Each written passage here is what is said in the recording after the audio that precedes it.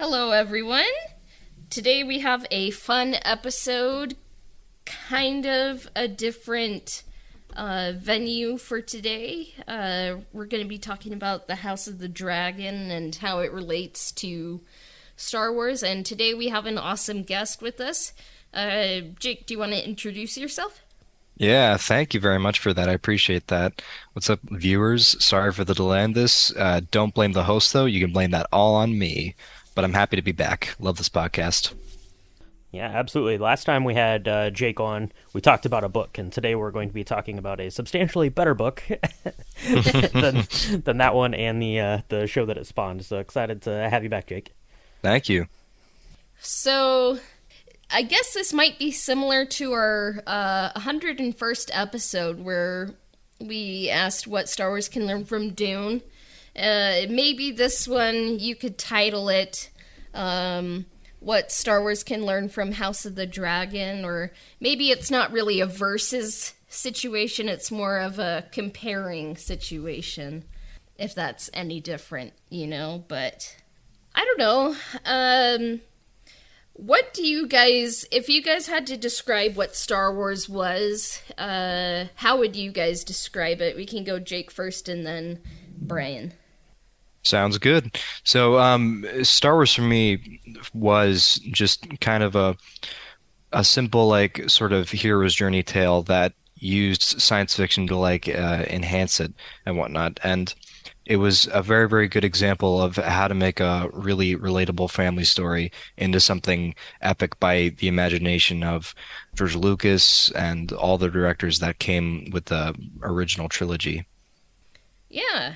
Yeah, to me, Star Wars has always been this, kind of fantasy adventure, with its, feet kind of in that science fiction realm, but it definitely played more so on that kind of fantasy level, fairy tales, stuff like that. We've talked about it a lot, as we've kind of gone through, the way that we, talked about KOTOR and breaking that down into like a movie series, and it was less of a focus, I think, on the science fiction, which kind of, on the surface of it, you look at because there's, laser guns and spaceships and stuff like that. But to me, it's really more of a fantasy. And like Jake said, it's definitely kind of this, ironclad version of a hero's journey, which makes it very digestible and relatable for a very broad audience. So Star Wars is, traditionally been geared at kids. You could make the argument that maybe is it going to start getting away from that after the last 12 weeks? I don't know for sure. I hope not, at least not entirely. But yeah, it's just this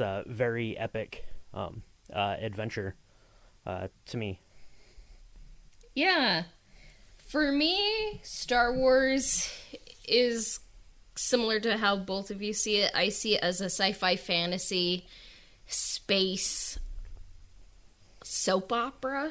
It deals with the Skywalker family kind of going through some really high highs and low lows and how it affects the greater galaxy. And it's not so much science fiction as realism, but as you said, sci-fi kind of as aesthetic. Mm-hmm.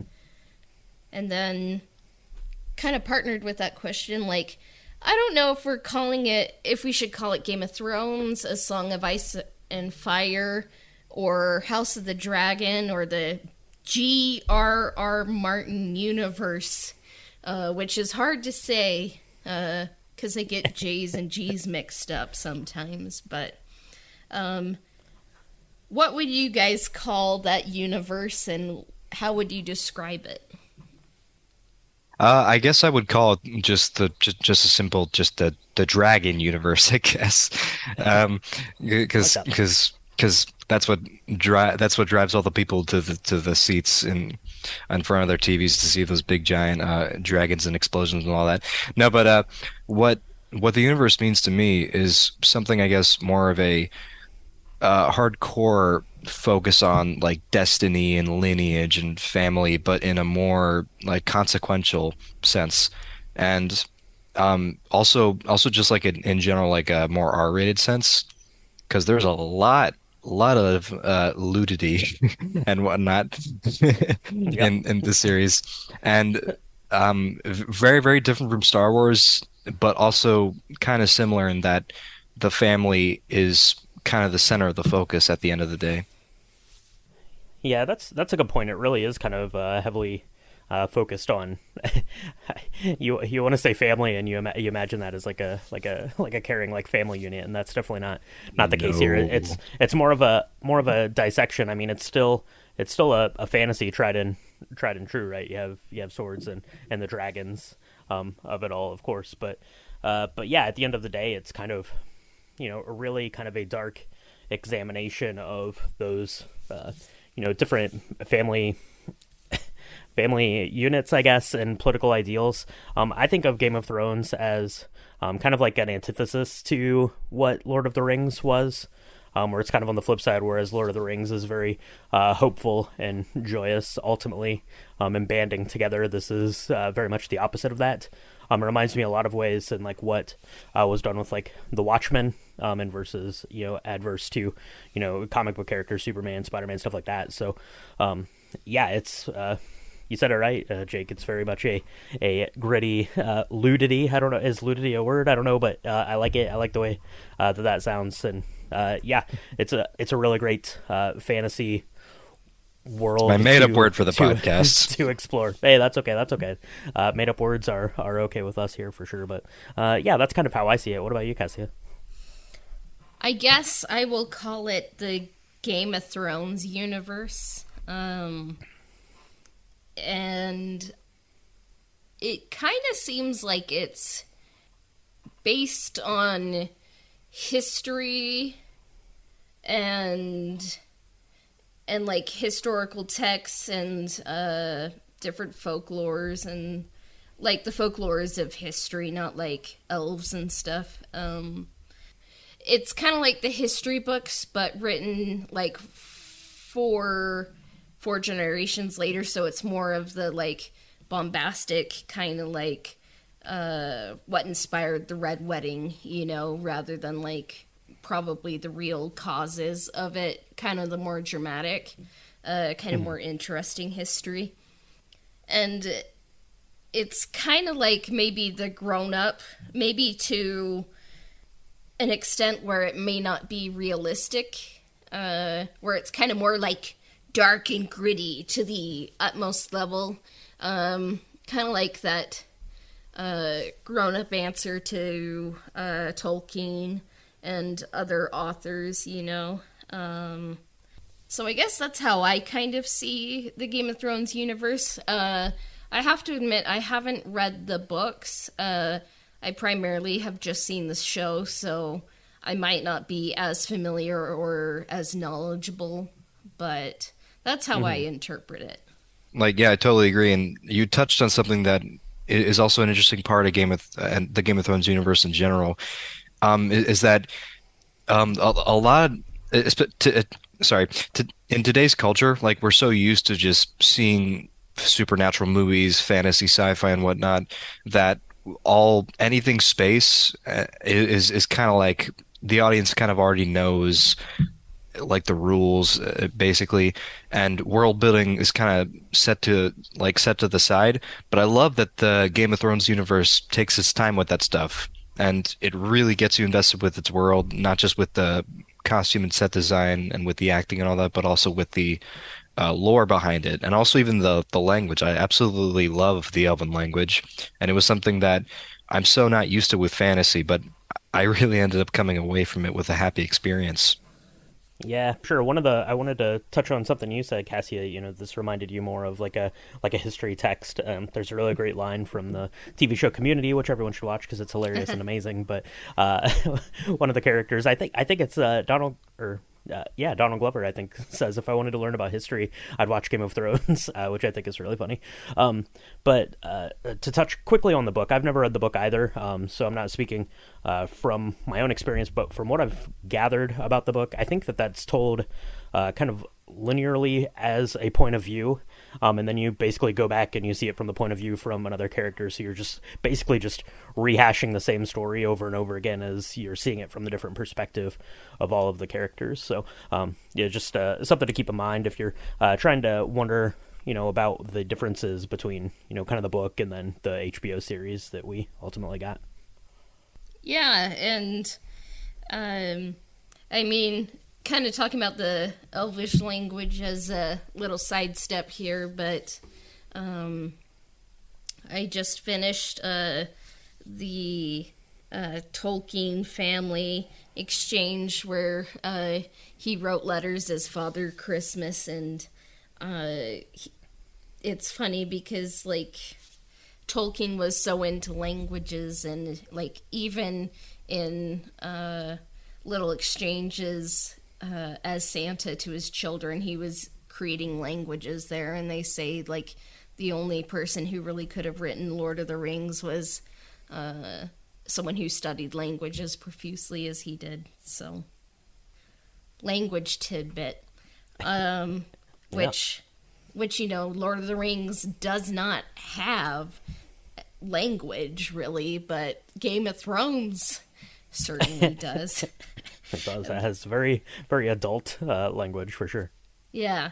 I guess, how do you guys see like Star Wars and Game of Thrones? Do you see any similarities, and what are they? Well, like a similarity, I guess, or sorry, just to point out something real quick. One thing that I think Star Wars is the leg up on, if anything, on Game of Thrones universe and all that, is that the names are certainly a little bit more diverse. Because I cannot tell you how confused I got sometimes with how so many characters, especially all the ones with white hair in House of Dragon, had like Ferris, Fagon, Arik, or Eric. Like it's just so And at a point. Valerian. Yeah. At a point that got confusing, but but like in a general sense, the similarities I see between Star Wars and the Game of Thrones universe is how there's a lot of tension hinging on like family-based decisions and whatnot. A lot of the time, like people's love for each other can end up like causing a war or whatnot.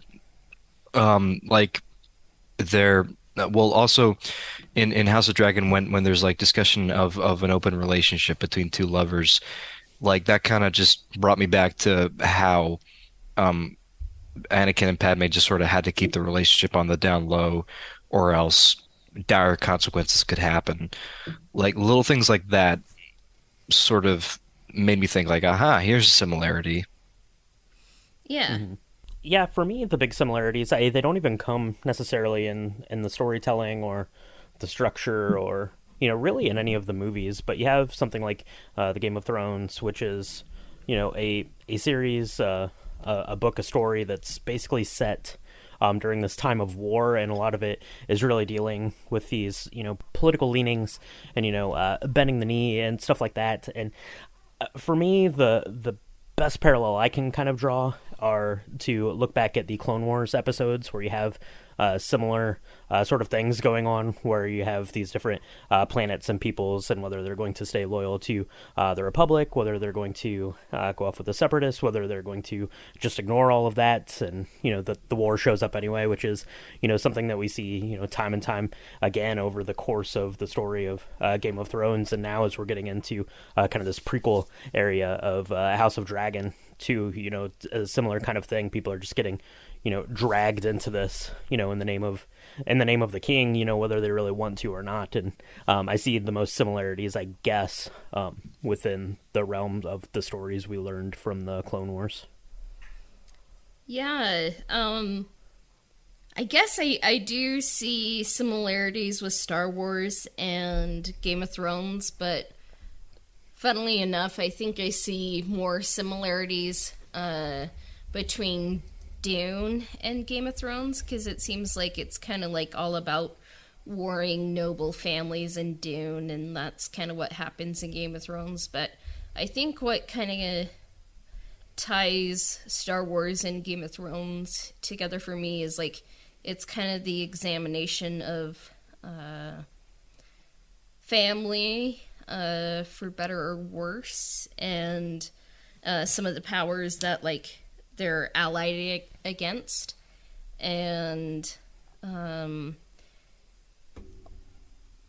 you do see human weaknesses and frailty kind of examined in Star Wars, but it's like through a supernatural lens through the Force.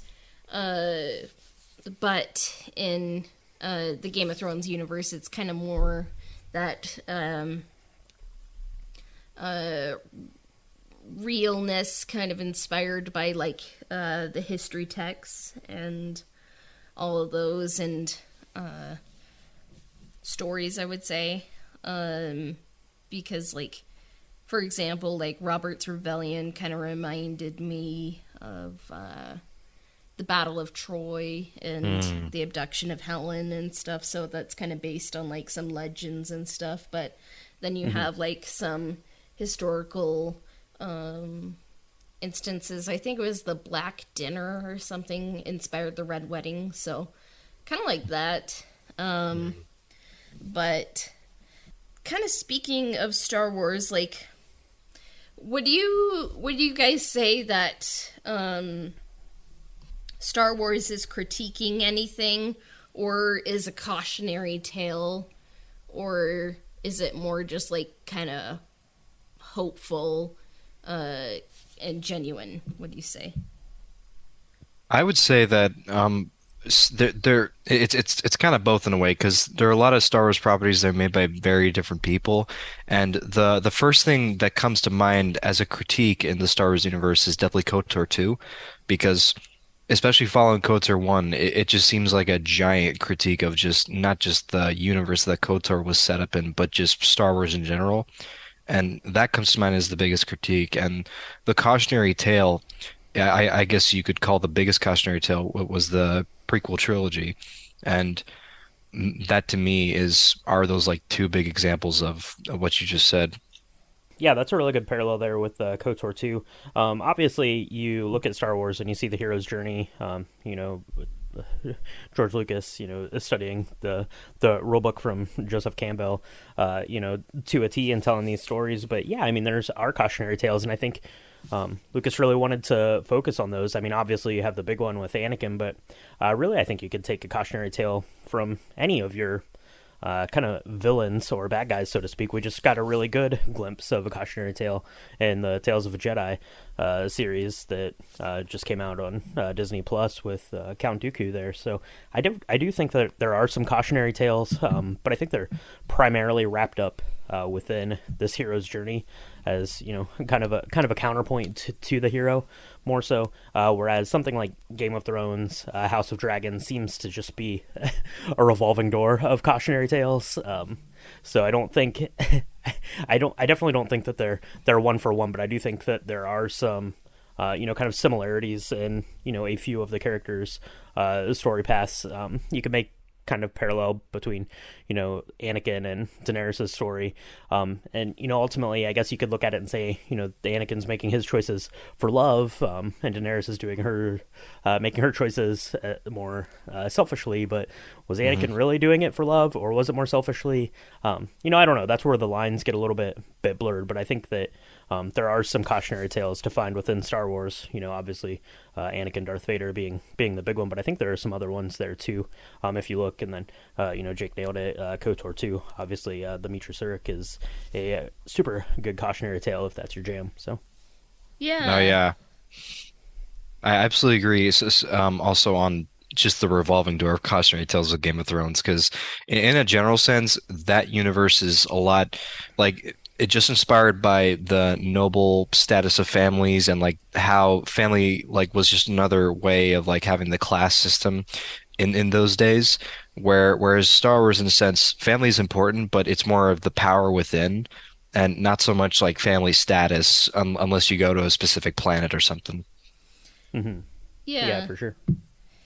Yeah, Star Wars, like, if you kind of look at the hero's journey, like, it depends where you stop the story, because it kind of seems like most of the stories are cautionary tales, but there certainly is a mix in the greater Star Wars, different tales. We have Andor, we have Kenobi, we have The Mandalorian, we have the movies, a mixture of heroes' journeys that are meant to be cautionary tales, I would say, and mixtures that are kind of played straight, kind of more happy, I guess.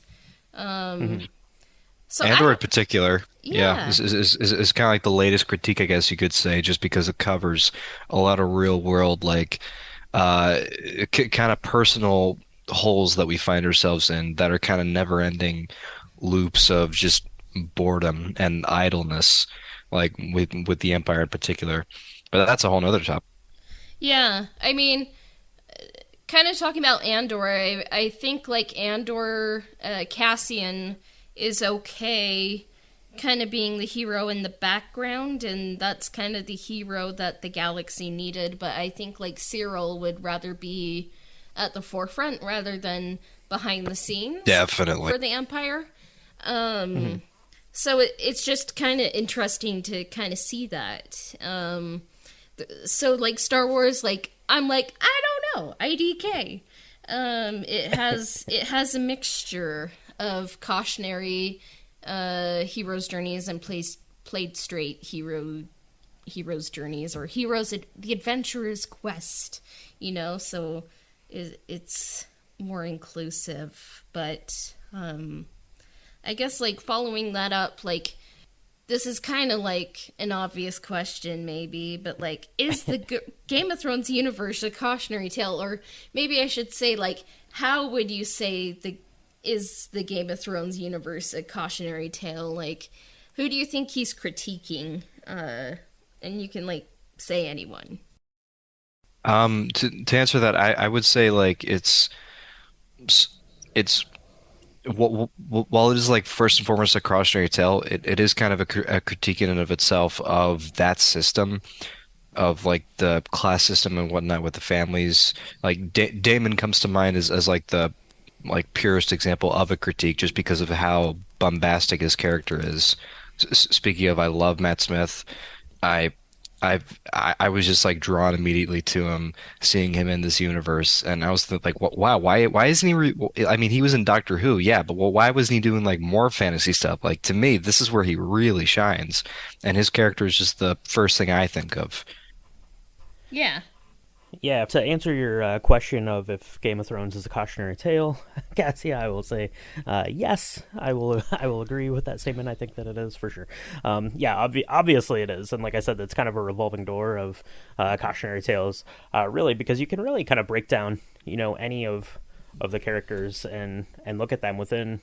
The realm of Game of Thrones, which was one of the kind of intriguing things I think for a lot of people. When the series first came on back in 2000 and whenever that was when it debuted, 2011 was one of the things, right? Because you had people who, I guess, kind of in your eyes, you might have connected with or thought of as heroes, or who you thought was setting themselves up to be the heroes, and they were very kind of easily dispatched of within this story, right? There was no real room for heroes. There was only room for these kind of anti-heroes that you were left with, and I think that was kind of, I don't know for sure if it's revolutionary or not, because I don't know all of the TV shows and all of the stories, but it Definitely felt like appreciated. it felt like something that was very new and very unique for that story, which I think is just kind of fascinating to play with people. I remember when the TV show Lost was on. If any of our viewers are old enough to have watched Lost, I know Lindelof and Abrams, when they wrote it and they wrote the pilot. Jack was supposed to die in the first episode, and the TV execs were like, "You can't spend an hour talking about this guy and then kill him off." And that is exactly what Game of Thrones did. You never knew what was going to happen week to week with these characters that you were finding interesting and things. So I think it was really, was it a critique on Tolkien? I don't think it was a critique necessarily, because I think that Martin definitely respects Tolkien and cites him as one of his inspirations. But I think it was, like I said, kind of an antithesis to that, and then maybe just a critique on the way stories were told and the way that people identify with heroes, and whether that's really a good thing or not. Yeah, that's a good point. Martin does cite Tolkien as like one of his main inspirations. I mean, that's why he's G.R.R. Martin and not, Yeah. Kind of similar to J.R.R. But I don't know. I guess if the Game of Thrones universe is a cautionary tale, I would say it is. It's kind of critiquing humanity, critiquing our history and how we kind of vie for power. Those kind of ancestral class-based, systems that we set up. And I guess maybe I would say, like, it seems like Game of Thrones is kind of has, like, two wolves to it, like one that maybe critiques Tolkien and kind of does things differently than he does, kind of makes things more adult, but then is kind of inspired by him, and on the other side, and it definitely kind of also critiques like narrative structures that are kind of familiar to us, because usually when a hero dies and he has a son, that's a king, usually that son is set up to avenge him, and that's what everyone thought Robb Stark was going to be. But then he was just kind of killed off, and that was shocking. So Game of Thrones can do that well, and it can also do that horribly wrong. It depends on the writing, and I'm talking about the TV show, not the books, because it's pretty much universal that people think the books are written well, but I guess it also is sort of universal that people didn't really like the last few seasons of Game of Thrones, but we'll not get so much into that today. That's right. As one of the very few people in the world that really liked the last season of Game of Thrones, I will agree with you that I am definitely in the minority. Yeah, I mean, I can accept, like, certain characters, like, I did kind of see, like, I'm like, oh, Dany seems a little, like, she didn't really care about burning the grain, people need that to eat, if she's going to rule these subjects. But then I just think it was a bit rushed, and then it's like, and then Dany kind of just kills the King's Landing, and I was like, I don't think we're quite there yet, like, but yeah. Before we dive into our last few questions, what did you guys think of House of the Dragon? I loved it. I really did. It was definitely something that was new to me, just because of how graphic it got sometimes.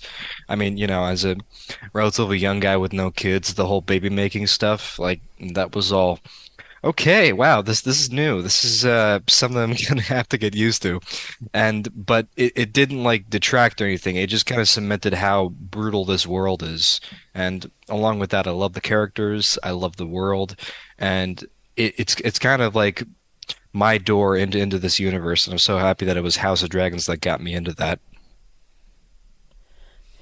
Yeah, you bring up the brutality of it, and yeah, it is definitely very brutal, and especially in that first episode, where they're doing the childbirth by way of cesarean section, which would not have been pleasant in ancient House of Dragon land, I don't assume, and it didn't look very pleasant.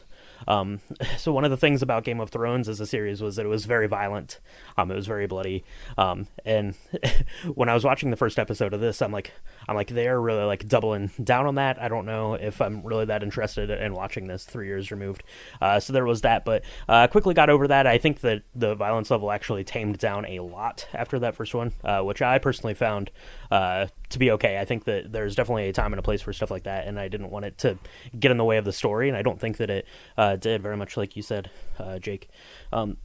It was interesting getting the House of Dragon here in the year 2022. Game of Thrones ended in 2019, and we just kind of hit on the fact that no one really liked the last season at all. So I was kind of surprised that they really put this much kind of time and effort into telling the story. But I'm glad that they did, because I think that it is a really compelling story. I think that it's interesting. I think it's interesting to see kind of this, it's a little bit more of an intimate sort of family, kind of power struggle, as opposed to the entirety of the realm, which I think is neat. They did make a weird time jump that they didn't even address at all. Didn't love that, gotta be honest. But I think I think it was okay.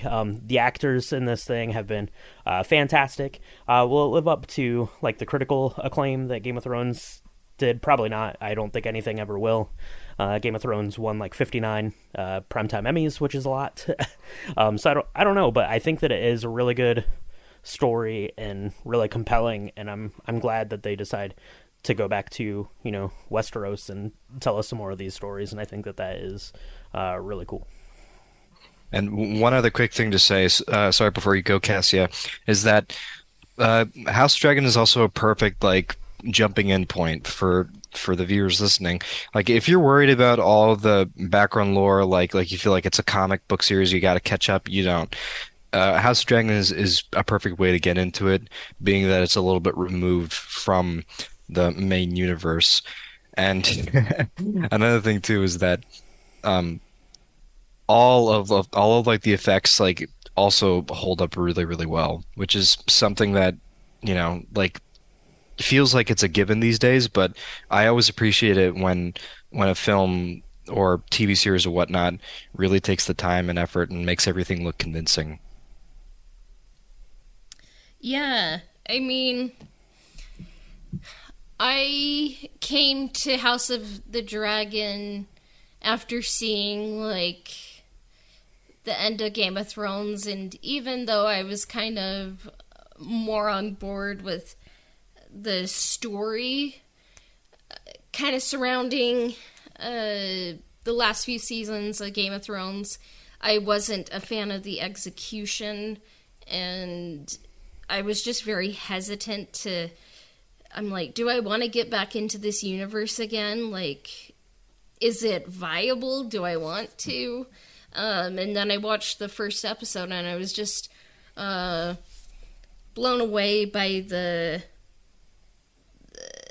it just felt like a lived-in universe where you were seeing it more at its peak, not like after a war and a bad king with King Robert, where he kind of was just more focused on like eating and jousting rather than like taking care of the castle, making it look well, and all that. And I think the showrunners definitely took some notes, critiques from Game of Thrones, the TV show, and were like, maybe let's go with material that exists that Martin wrote, have Martin on board, and tell a story that's more kind of self-contained rather than spanning a whole continent and having the mythical White Walkers. We're not going to deal with that. We're just going to tell a story of the beginnings of a family feud that turns into a civil war. And I think they did it well. Yeah, one of the other real highlights for me too was the something as simple as the opening sequence for House of Dragon, which I thought was great within that table that's kind of like lighting on fire within it, which is awesome because the opening for Game of Thrones was awesome, kind of that like animated like construction set like map that they were going over. all of Westeros. And then, the theme music is done by Ramin Djawadi, who's awesome. Also did the music for Westworld, which is absolutely fantastic music too. So I thought that was a real neat kind of tie over to give a little bit of continuity. But like Jake said, you definitely don't have to know anything about the series or the book, Game of Thrones, Song of Ice and Fire, to get into the House of Dragon, because none of those people are alive yet. So there you go. Yeah.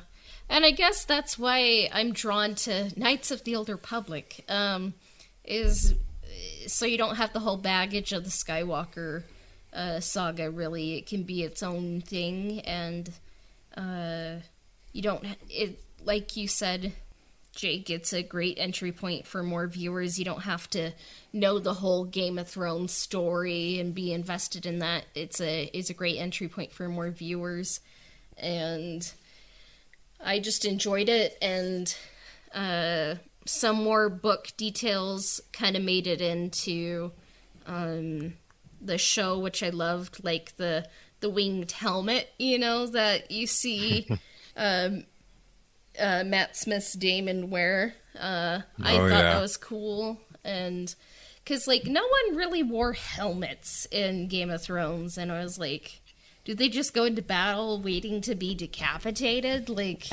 So that was a nice detail to see. The audience needed to see their luscious hair at all times, I guess. Yeah. That's right, yeah. We still if you have Kit Harington's hair, you're gonna I'm not gonna put a helmet on. Yeah. Let people see this glory right here is what it is. Yeah, my hair is my shield. But that's actually a really good point too. Is that this is something that definitely Star Wars can learn from. I think at least the TV shows and movies as of late can definitely learn from it. Is that if you want to do something like fresh and get your audience hooked, I think the best thing to do is to take a step back from all the member berries and just set it way far into the future or the past, whichever. Because Kotor did that almost 20 years ago, and look how great that turned out. Yeah. Yeah. I mean, I am very anti-member berries and hallway scenes, so yeah. That's right, yeah, and this whole episode basically was just a way for us to say, see, if they can make House of Dragons, we could definitely make KOTOR into a thing. So that was the thesis statement of this episode. You see, viewers, that's the ploy. We just use House of Dragon as a vehicle to pitch KOTOR as a series once more. That's what this podcast is. If you haven't caught on to us yet, that's what it is. So. Come on, Disney. It's been over 100 episodes. Just listen for once. Yeah. That's right. But I guess, what would you want Star Wars to learn from the House of the Dragon if you could give them notes or suggestions? So besides the ones we already talked about, just a thing to also shy away from is, don't be afraid to have a character be brutal, because too often whenever whenever the TV shows have used a character that we know, it survives in a later property or whatever, there's no tension involving their death or whatever, but they still try to make tension out of it, even though there isn't. So that's something that Game of Thrones has the advantage of with all these original characters. And the tension doesn't have to always rely on their death as well. It can rely on their emotional connection with other characters, how relationships change and whatnot, whether it be romantic or just a personal relationship. That's the type of stuff why I think House of Dragon really hooked me. Was besides the brutality of it, the character drama also really stuck out. Yeah. What about you, Brian? Yeah, I mean it's hard to think about things that it could learn from, because they're so very different in terms of the story that they're telling, in terms of the tone, in terms of the general audience that they're really trying to go for. So I think if I was going to say one thing you could take away from is just to be, I guess, brave in your storytelling and to make your decisions and stick with it. We've hit on it a couple of times, but the last season of Game of Thrones, widely disliked. So I can't even imagine being the person that walked into HBO, after that and said, you know what we should do? More. We should make more of that. More of that. I can't believe that they would even touch it at especially like this close to it. Maybe you give it a decade off or something and then revisit it. But you get a good story pitch and you run with it. Don't be afraid to be bold in your storytelling and tell stories that you think are compelling and want to be told. Don't just kind of keep rehashing the same thing and chasing is some sort of euphoric response, because you're never going to get it. Clearly the people that are running Lucasfilm and Disney are way smarter at making movies and TV than me, because I'm not doing it. They are.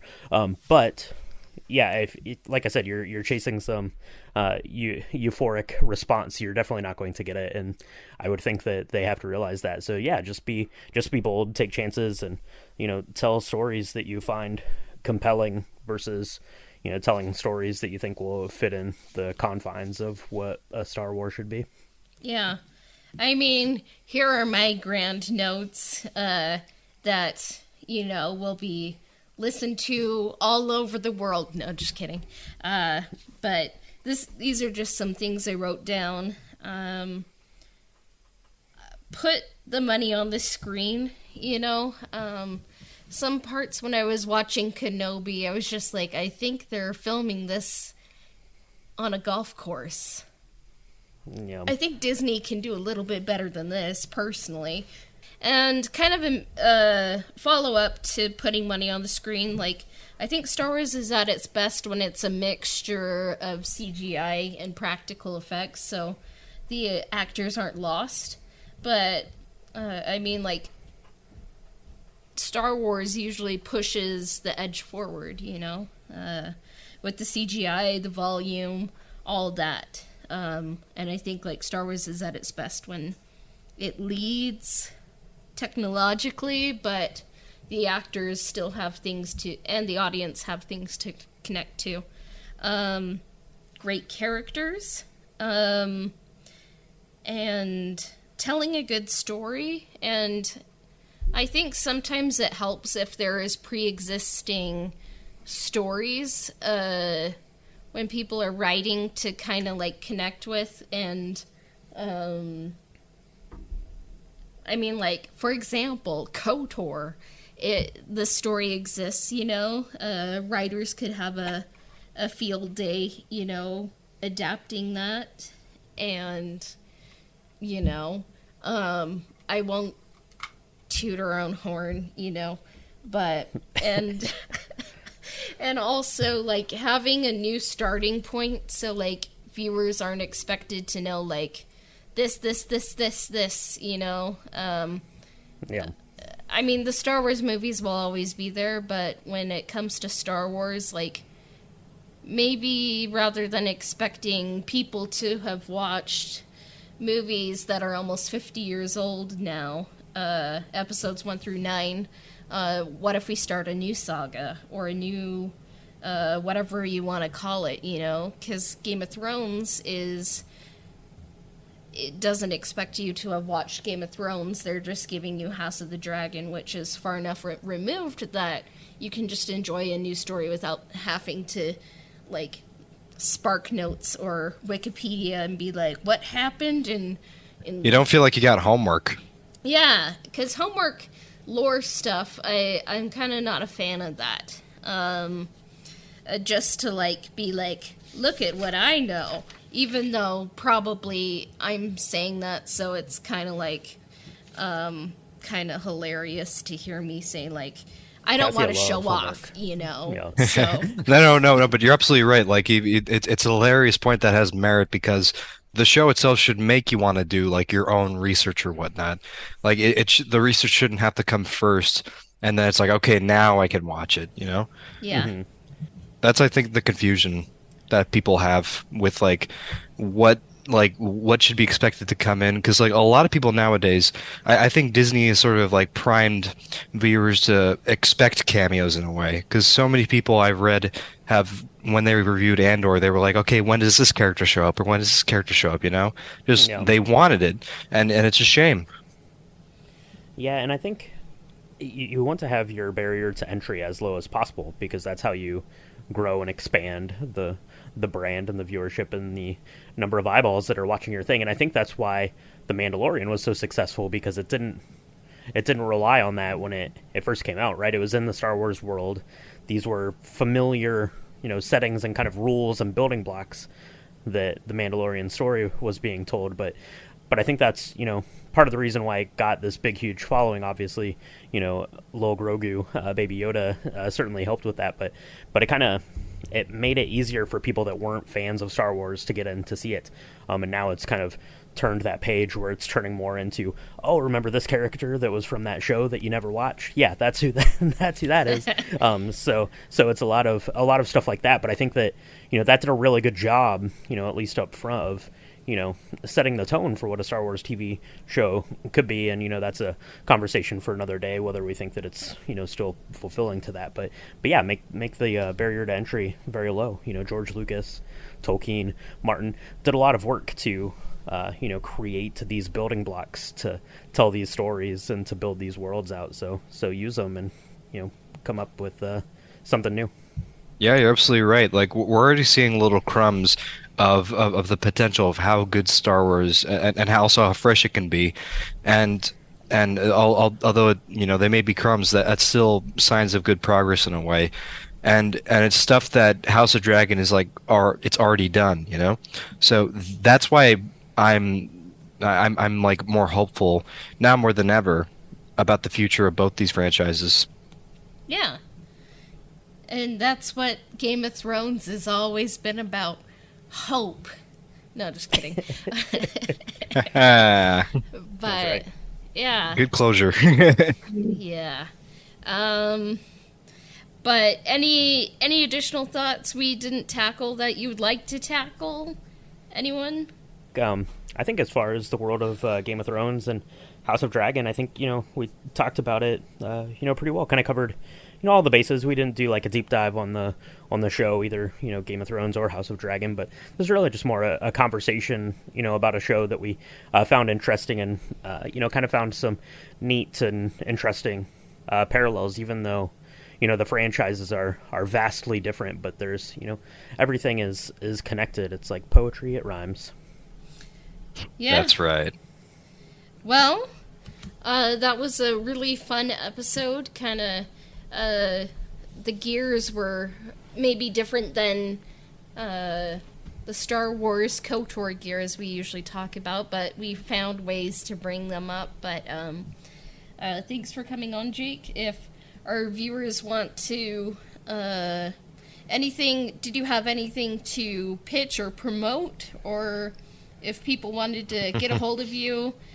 We can also edit it out in case you're like, no, I don't want viewers to find me. But where can our viewers find you? Well, on the Discord, of course, and I mean, I'll have other stuff to promote actually next time, because I have a lot of stuff in the works. Not necessarily Star Wars related, but like just other projects in general. But for now, I'm always happy to come on the podcast, and I do have an idea to promote for next time. I would love to sort of maybe like tackle the evolution of like Star Wars animation, I guess, and the like how, and specifically on how the storytelling has changed and what they need to focus on, what shouldn't they, how can they move forward with like Tales of the Jedi and stuff like that. Yeah. Okay. That would be a fun episode idea. That sounds good. I was holding my breath because the first time you suggested we talk about the book Revan, and everyone out there listening knows how we felt about that. So that's definitely a good idea. And yeah, make sure you come and hang out with us on Discord. Send me a message at astro_droid_ on Instagram, or the Old Republic Pod on Twitter. any of those places, and I'll get you an invite set up. So if you want to come in there and talk about Star Wars, we talk about shows and movies, we talk about all the books Cassie has been reading, all that stuff. Yeah. Well, Book definitely next time. yeah. So thank you to everyone listening out there. And I don't know, what do they say in Game of Thrones? Like, not may the Force be with you, but may the Iron Throne be with you. Oh boy. They say Dracarys. Come on. Oh, yeah. The things we do for love. Game of Thrones.